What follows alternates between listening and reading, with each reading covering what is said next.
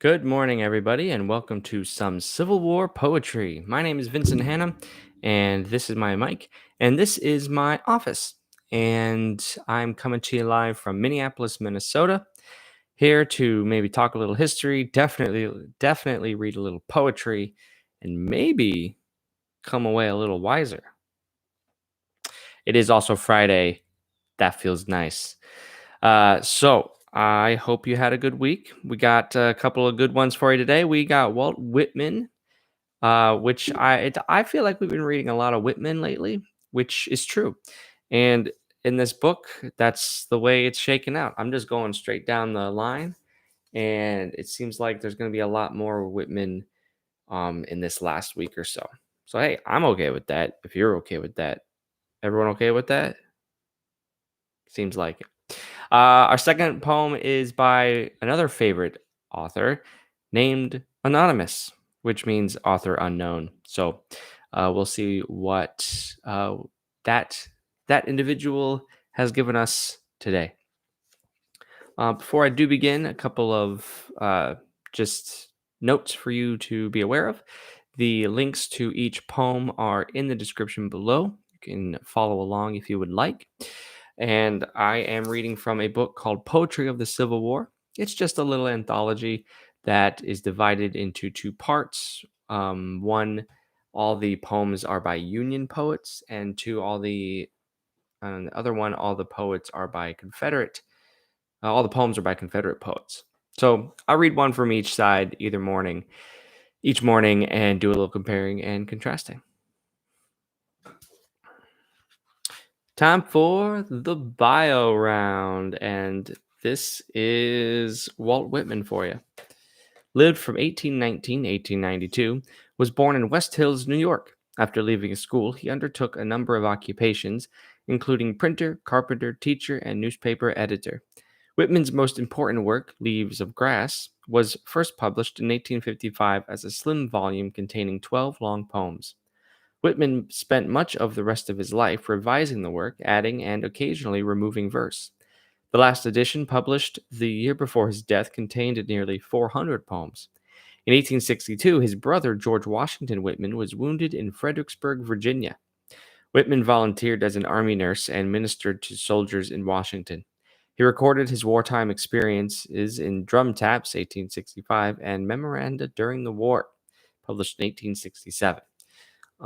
There are several Whitman poems you can go back and listen to on this show, but the first one we read was called The Wound Dresser. It's still the best thing I've read so far, and funny enough, it's been 1 month since I started this whole thing, so hey, there's some sort of milestone for you. And this is his poem, Vigil Strange I Kept on the Field One Night. And if that isn't the best title you've ever heard, then I don't think you should be watching this show. Vigil strange I kept on the field one night. When you, my son, and my comrade dropped at my side that day. One look I but gave, which your dear eyes returned with a look I shall never forget. One touch of your hand to mine, oh boy, reached up as you lay on the ground. Then onward I sped in the battle, the even contested battle, till late in the night relieved to the place at last again I made my way. Found you in death so cold, dear comrade. Found your body, son of responding kisses, never again on earth responding. Bared your face in the starlight, curious the scene. Cool blew the moderate night wind. Long there and then in vigil I stood, dimly around me the battlefield spreading. Vigil wondrous and vigil sweet, there in the fragrant, silent night. But not a tear fell, not even a long-drawn sigh. Long, long I gazed. Then on the earth, partially reclining, sat by your side, leaning my chin in my hands.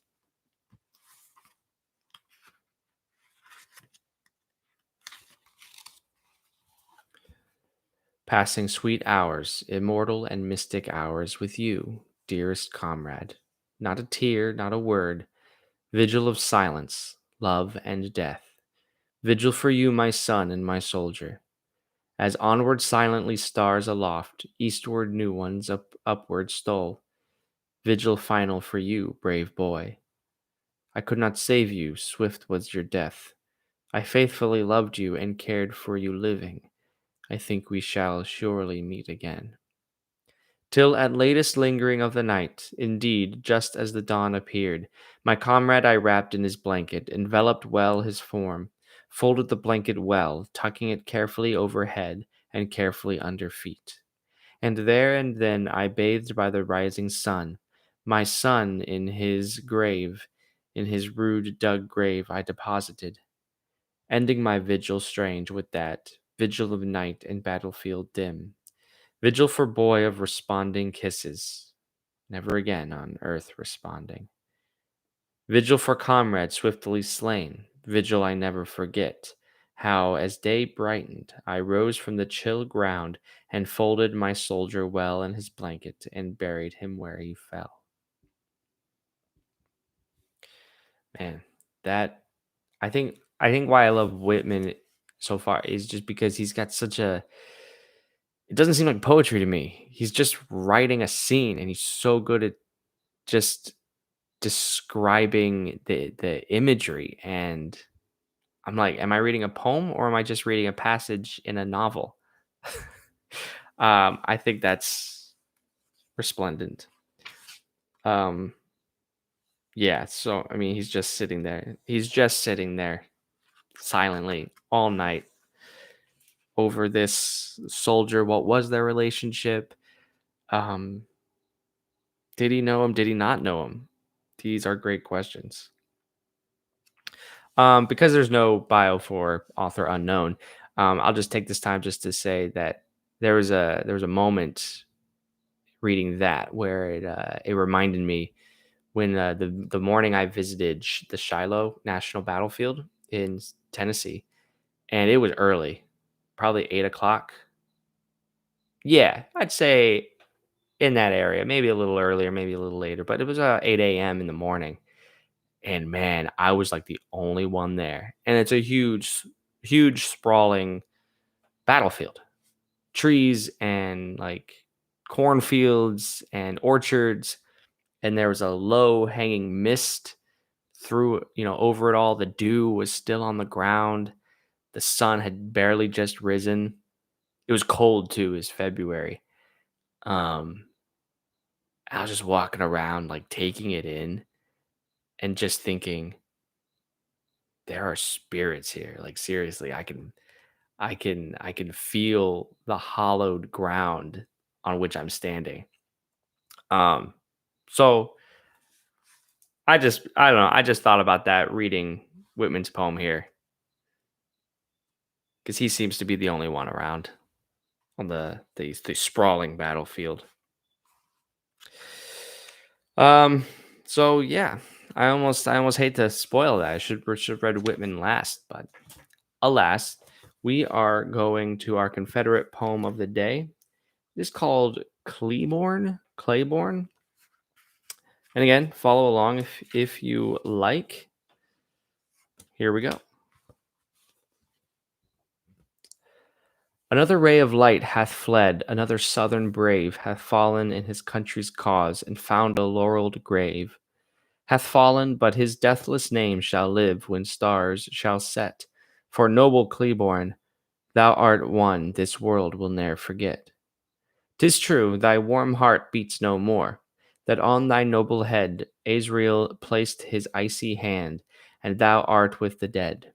The glancing of thine eyes are dim, no more will they be bright, until they ope in paradise with clearer, heavenlier light. No battle news disturbs thy rest upon the sun-bright shore, no clarion voice awakens thee on earth to wrestle more. No tramping steed, no weary foe bids thee awake. Arise, for thou art in the angel world, beyond the starry skies. Brave Cleburne, dream in thy low bed with pulseless deadened heart. Calm, calm and sweet, O warrior, rest. Thou well hast borne thy part.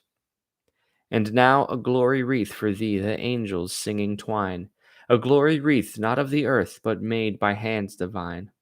A long farewell we give thee up, with all thy bright renown. A chieftain here on earth is lost, in heaven an angel found. Above thy grave a wail is heard, a nation mourns her dead.